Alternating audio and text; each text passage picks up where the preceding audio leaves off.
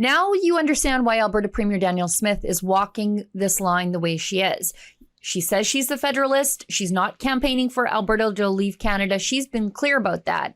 But she's not turning around and attacking the people who are talking about it. When I met with the Prime Minister, I told him, we've got to resolve this. We've got to find a pathway forward. And so I've been working on that for the last number of months. I'm going to keep working on that. I haven't convinced all Albertans yet, but I think if they see this indication that cooperative federalism means something, that it can work, and we go from words on paper to action, I think that'll be a really powerful message. So that's what I'll be working for. And I'll be doing a lot of traveling around Alberta this summer. That's not an accident. Today we look at the numbers.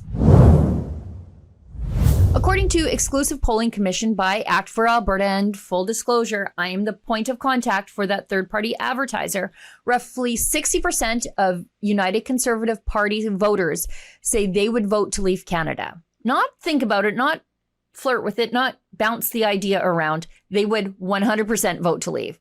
That's not fringe.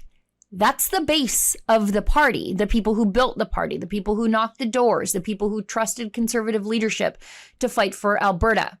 And that brings us to disgraced former United Conservative Party Premier Jason Kenney, Premier Smith's predecessor, because he's choosing a very different path here. He calls the separatists names. He mocks them as kooks and radicals and crazies in vicious Trudeau-style internet tirades. He is deriding the very people who worked so hard to get him elected in the first place, the people who gave him a chance to do it his way. And what did that approach deliver for Albertans? Nothing tangible, no meaningful reset with Ottawa, no shift in the relationship, no results that match the promises, no pipelines. So what happened? Those same voters are starting to look elsewhere, not because they suddenly changed who they were, not because they're no longer conservatives, but because they feel ignored, dismissed, and taken for granted.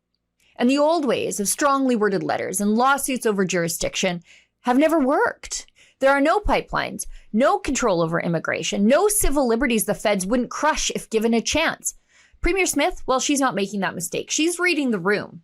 When this many people are this frustrated, you don't lecture them. You don't insult them. You don't pretend they're a problem to be managed or berated. You listen. You acknowledge where they're at, and you let the conversation happen. You see, this is so much bigger than independence. This is about trust. Trust that Alberta's concerns are being taken seriously. Trust that political leaders are actually hearing the people who put them in power. Danielle Smith is holding that position. She says she believes Alberta's better off in Canada, but she's not trying to shut down the people who disagree with her. She's definitely not attacking her own base, because she understands something her failed predecessor did not. You don't keep support by ridiculing the people who gave it to you. You respect them, you let them speak, and you deal with reality as it is, not as you wish it would be.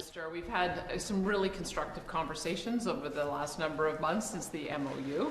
Still have a few things to work out. And I hope that we can get to the finish line on signing that MOU. I know industry is getting a bit impatient. Albertans are getting a little bit impatient.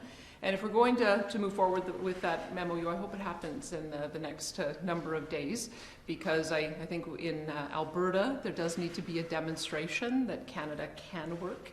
And I think that we've demonstrated a couple of things over the last number of months that we can work well together. We've changed course on a number of things. And Alberta wants to continue to build major projects in partnership with the federal government. So we're looking forward to seeing if we can make some progress and get this to the finish line. Track record's there, I'm sure we will. All right, thank you very much. For Rebel News, I'm Sheila Gunn Reid. Alberta's not the first province to attempt to leave Canada. Quebec has done it a couple of times. And they did comprehensive consultations with the public. And I wrote a new book about those consultations and what Alberta might take away from them, as some of the work ahead of us as Albertans is already done. My new book is called Independence Blueprint: What Alberta Can Learn from Quebec, and you can get it today at independenceblueprint.ca.